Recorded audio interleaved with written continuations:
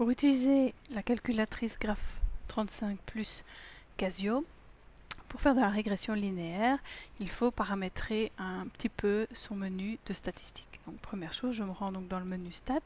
Dans le menu Stat, j'encode au sein de la liste 1 toutes les données relatives à la variable indépendante, donc les x, et dans la liste 2, j'encode par exemple toutes les valeurs pour la variable dépendante, cette fois-ci correspondant souvent sur un graphique à l'axe des y.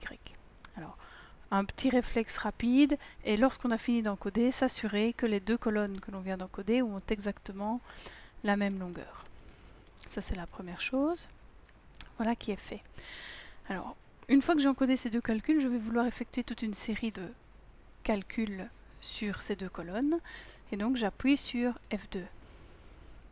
F2, il y a le mot règle pour régression linéaire, mais il y a aussi un var pour statistique à une variable qu'on utilise en quatrième, et la régression linéaire, c'est également des statistiques à deux variables, donc nous allons avoir besoin de ces deux boutons-là.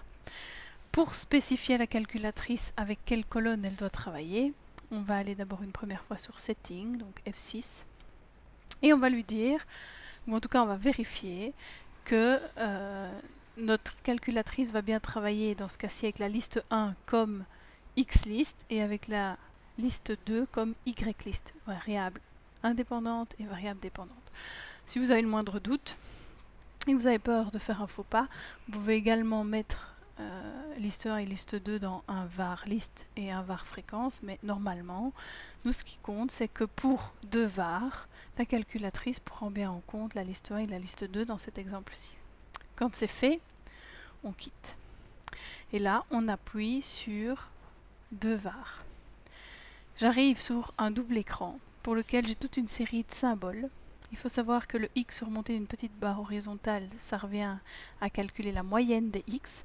Donc dans la colonne des x, j'avais toutes les valeurs de 1 à 8. Si vous les additionnez et que vous divisez en 8, vous tomberiez tout naturellement sur 4,5.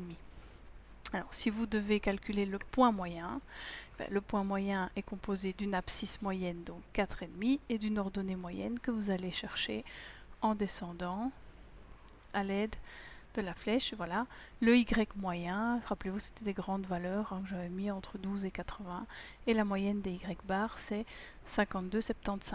Donc pour indiquer les coordonnées du point moyen sur votre feuille, vous devez indiquer 4,5, 52,75.